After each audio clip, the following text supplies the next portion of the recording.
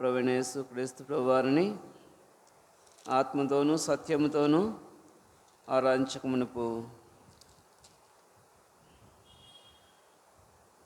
పరిశుద్ధ గ్రంథంలో నుంచి కీర్తనల గ్రంథము 61వ అధ్యాయము 10వ వచనము మొదటి లైన్ మాత్రం చదువుకుందాం. కీర్తనల గ్రంథము 59వ అధ్యాయము 10వ వచనము మొదటి లైన్ మాత్రమే చదువుకుందాం. 59 10వ వచనము మొదటి లైన్ మాత్రమే చదువుకుందాం. కీర్తనల గ్రంథము 59వ అధ్యాయము 10వ వచనము మొదటి లైన్ మాత్రమే చదువుకుందాం.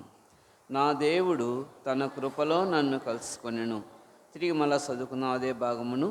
నా దేవుడు తన కృపలో నన్ను కలుసుకొనెను. దేవుడు మాటలను దీవించి ఆశీర్వదించి మన కొరకై పంచిపెట్టబడడానికి పరిశుద్ధాత్మ దేవుడు సహాయం నిమిత్తమై చిన్న ప్రార్థన చేసుకుందాం.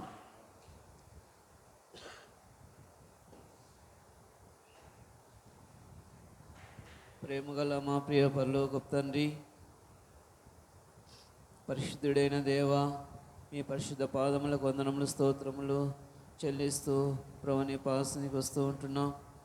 మా ప్రభు దినము పునరుత్థాన పండుగ దినము ఆదివారమున తండ్రి ఉదయకాలము ప్రభా హెర్మోన్లో చేరి పాటల ద్వారా నిన్ను గణపరచబడడానికి సహాయపడుతున్న విధానం అంతటి బట్టి స్తోత్రములు.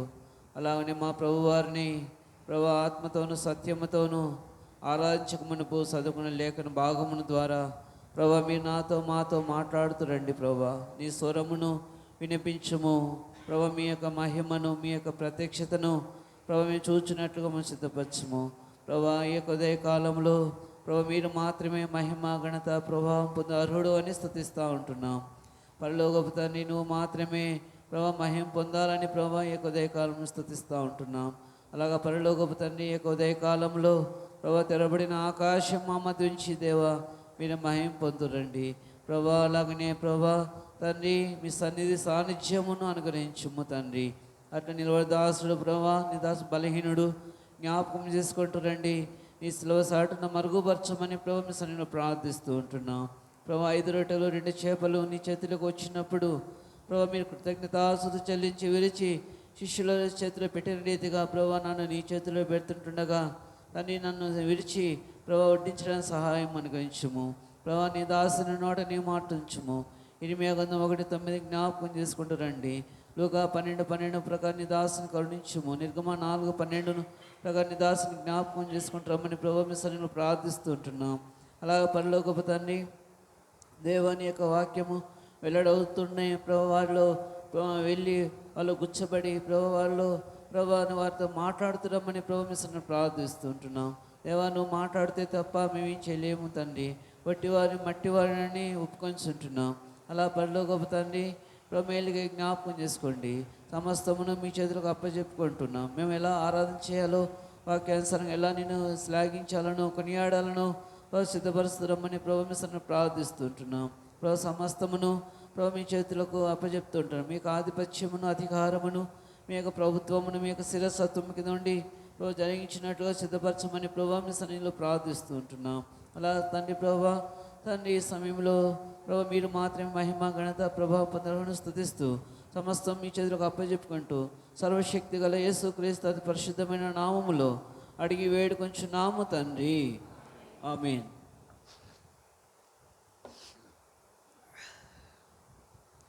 మన ప్రభువారిని ఆరాధించక మునుపు ఈ భాగాన్ని మనం చదువుకొని వచ్చినాం. నా దేవుడు తన కృపలో నన్ను కలుసుకొనెను. కనుక ఈ యొక్క రచిస్తూ వచ్చిన యొక్క దావీదు మహారాజు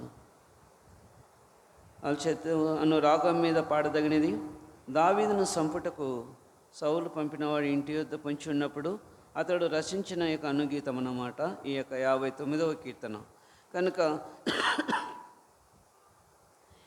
10వ వచనంలో మొదటి భాగంలో నా దేవుడు తన కృపలో నన్ను కలుసుకొనెను అంట. కనుక ఎటువంటి యొక్క పరిస్థితుల్లో దేవుడు నిన్ను నన్ను కలుసుకుంటూ వచ్చిన వాడిగా ఉంటున్నాడు.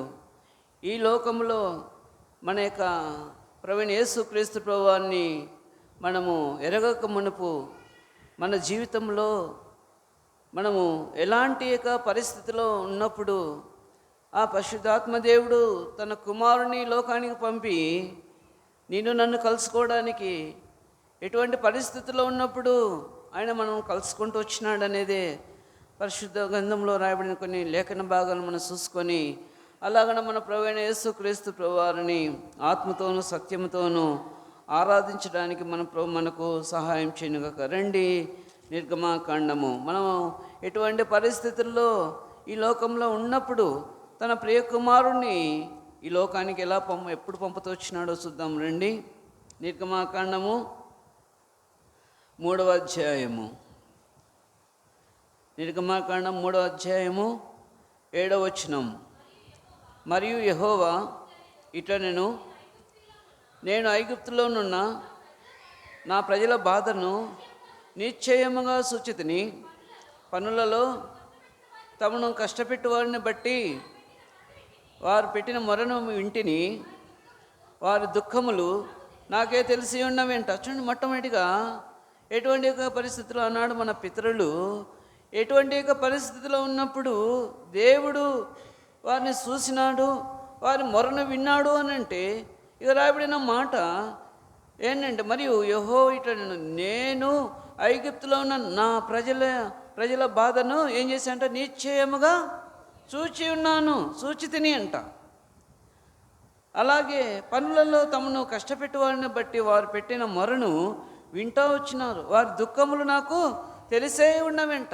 కనుకనే ఏం చేశాడు అంటే, వాళ్ళు ఎలాగున ఐగుప్తు దేశంలో ఆ యొక్క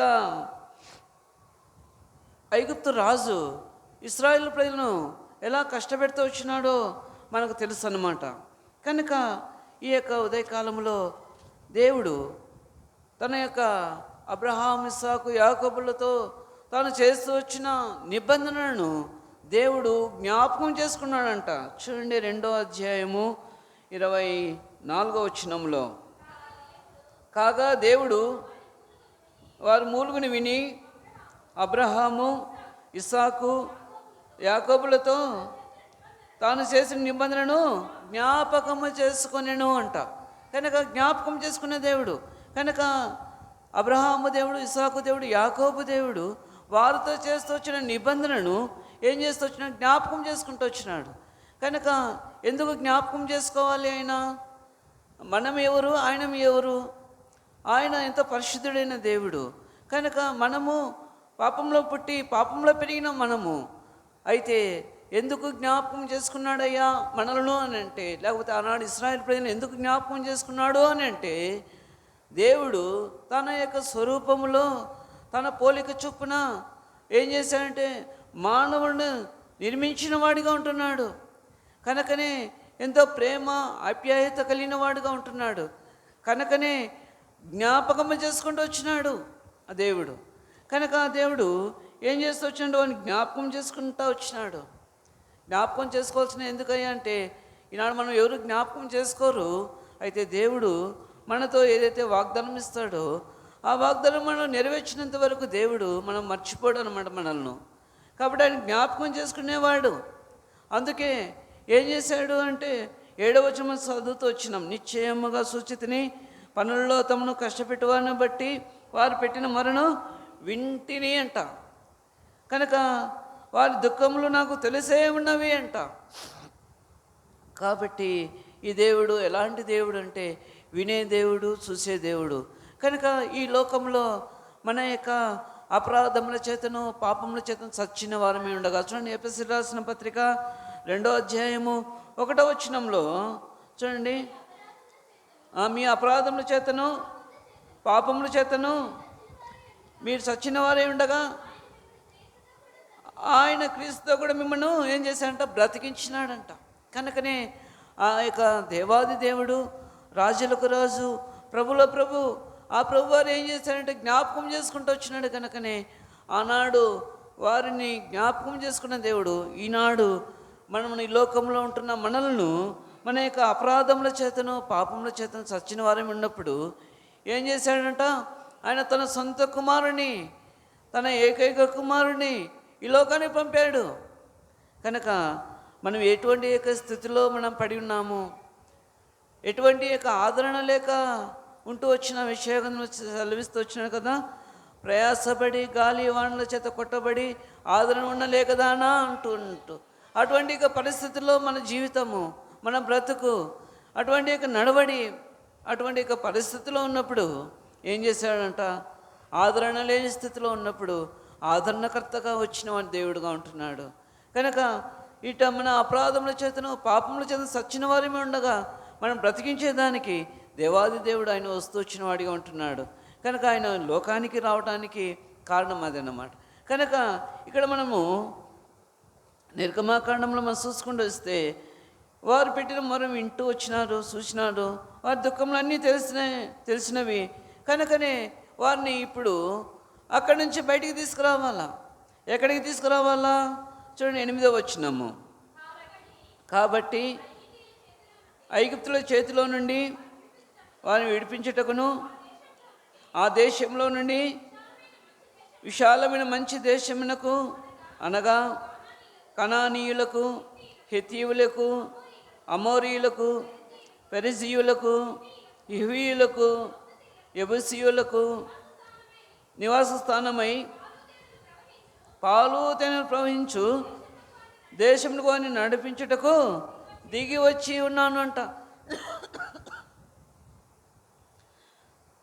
చూడండి, దేవుడు వాగ్దానం చేశాడు. ఆ వాగ్దానం ప్రకారము ఆ యొక్క ఐగుప్తుల చేతిలో నుండి వారిని విడిపించుటకంట, ఆ దేశంలో నుండి విశాలమైన మంచి దేశమునకంట. ఎందుకంట? దేవుడు వాగ్దానం చేస్తూ వచ్చిన దేశము కనాను దేశం అన్నమాట. కనుక అది పాలు తేనెలు ప్రవహించే దేశము. కనుక పాలు తేనెలు ఏం చూపిస్తారంటే సంతోషానికి చూపిస్తుందన్నమాట. కనుక అటువంటి అంటే వారి జీవితంలో అంతకు మునుపు నిట్టూర్పు, దుఃఖము, బాధ, వెట్టి పనులు. కనుక వారి జీవితంలో ఎటువంటి సంతోషము లేదు, ఎటువంటి ఆదరణ లేదు, ఎటువంటి నెమ్మది లేదు, కృంగిపోయినారు.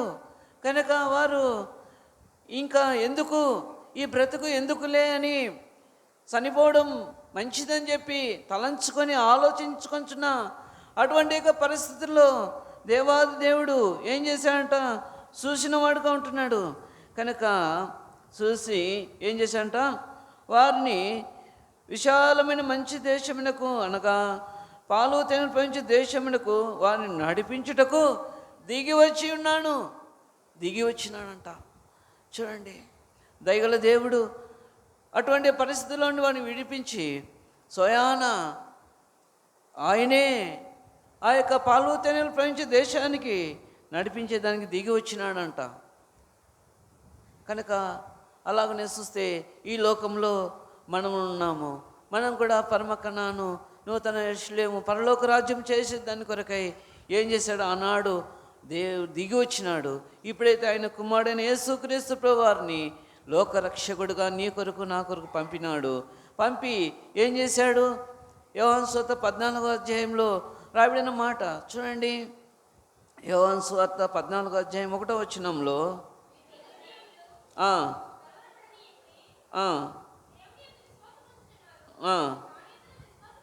అవును, బాగా గమనించండి. నా తండ్రి ఇంట అనేక నివాసములు కలవు, లేని ఎడల మీతో చెప్పుదును. మీకు స్థలం సిద్ధపరచ వెళ్ళుచున్నాను. నేను వెళ్ళి మీకు స్థలం సిద్ధపరిచిన ఎడల నేనుండే స్థలంలో మీరు నుండులాగన మరలా వచ్చి నా యొద్ద ఉన్నట్టుకు తీసుకొని పోవుదును అంట.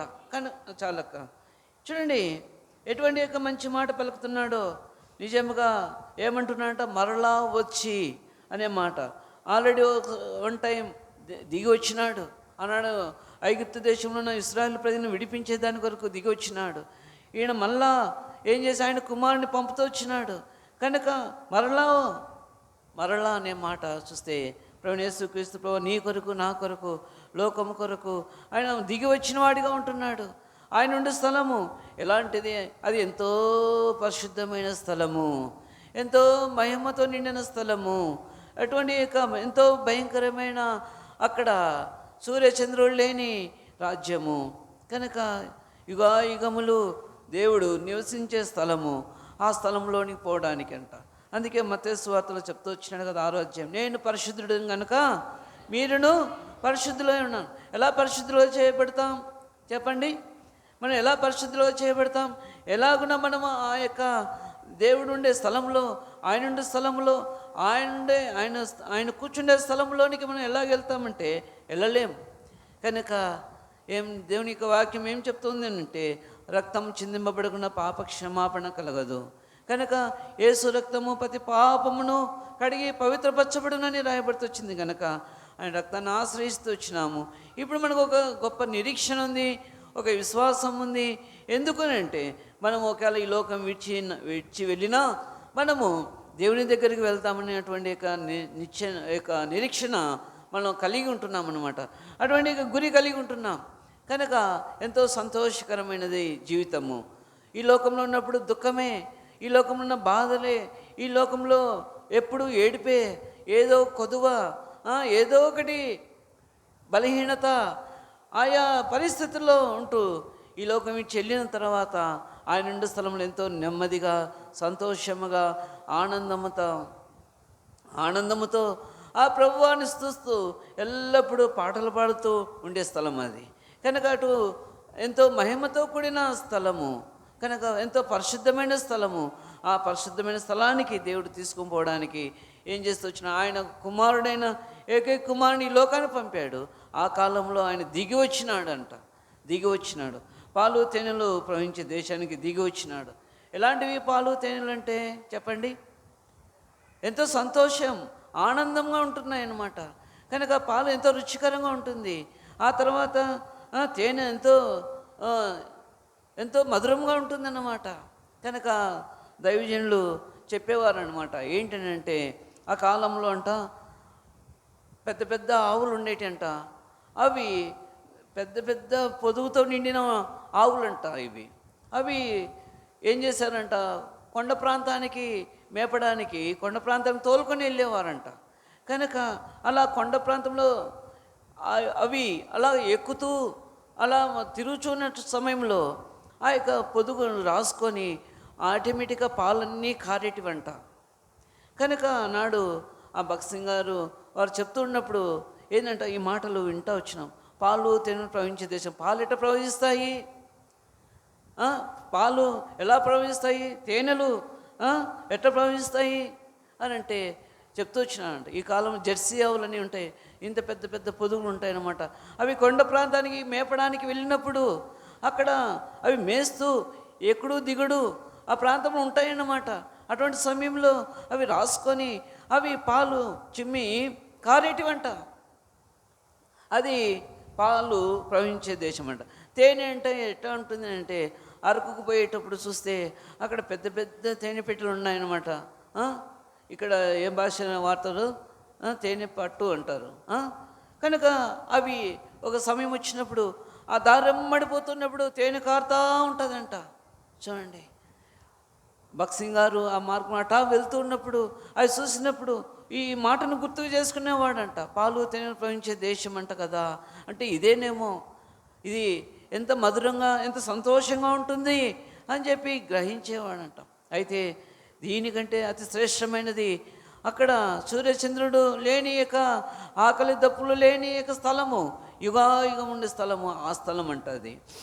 కనుక ప్రియమైన సహోదరుడు సహోదరి, మన జీవితంలో చూస్తే మనం ఈ లోకంలో పాపంలో ఉంటూ ఉన్నాము. పాపంలో నిట్టూర్మి విడుస్తూ ఉంటున్నాము. నెమ్మది లేదు, సంతోషం లేదు. పైకి మంచిగానే బాగా జీవిస్తూ ఉంటున్నాం, మంచిగా తింటూ ఉన్నాం, కానీ అంతరంగంలో నెమ్మది లేదు, హృదయంలో సంతోషం ఏమాత్రమూ లేదు, ఎటువంటి ఆదరణ లేదు.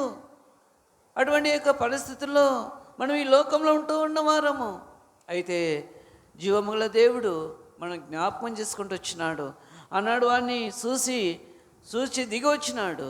మనం జ్ఞాపకం చేసుకొని తన ప్రియ కుమారుని, సొంత కుమారుని మన కొరకు పంపినాడంట. చూడండి, రోమిలు రాసిన పత్రికలో ఒక మాట ఉంది. రోమిలు రాసిన పత్రిక 8వ అధ్యాయము 32వ వచనము. తన సొంత కుమారుని అనుగ్రహించుటకు వెనుక తీయక భాగమనించండి, మన అందరి కొరకు ఆయన అప్పగించిన వాడు ఆయనతో పాటు చూడండి, ఆయనతో పాటు సమస్తమును మనకు ఎందుకు అనుగ్రహింపడు? తన సొంత కుమారుని ఇచ్చాడనమాట మన కొరకు. తన సొంత కుమారుణ్ణి దేనికి అనుగ్రహించినాడు? సొంత కుమారుణ్ణి అని అంటే, అపోస్తలుడైన పౌలు ఎఫెసీయులకు రాసిన పత్రిక 5వ అధ్యాయము 2వ వచనము. క్రీస్తు మిమ్మును ప్రేమించి పరిమళ వాసనగా ఉండుటకు మన కొరకు తను తానే దేవునికి అర్పణముగాను బలిగాను అప్పగించుకొనెను. అలాగనే మీరును ప్రేమ కలిగి నడుచుకోండి అంట. చూడండి, ఎందుకయ్యా అని అంటే మన జీవితం చూడండి, ఇక్కడ రాయబడితే వచ్చింది. ఎందుకు? తన సొంత కుమారుని లోకానికి పంపాడు. ఏం పంపకపోతే ఆయన ఒక్క మాటతో ఏదైనా ఒక అద్భుతం చేయొచ్చు కదా. అయితే అలా కాకుండా తన సొంత కుమారుని లోకానికి పంపాడు. ఎందుకు పంపాడు? కారణం ఏంటంటే ఇక రాయబడితే వచ్చింది, క్రీస్తు మిమ్మును ప్రేమించి పరిమళ వాసనగా ఉండేదాని కొరకు. అంటే మునుపు ఎలాగుంటున్న వారం చెప్పండి? దుర్వాసన, ఎంతో అసహించుకునే వాసన, కనుక ఎవరు ఇష్టపడని యొక్క వాసన.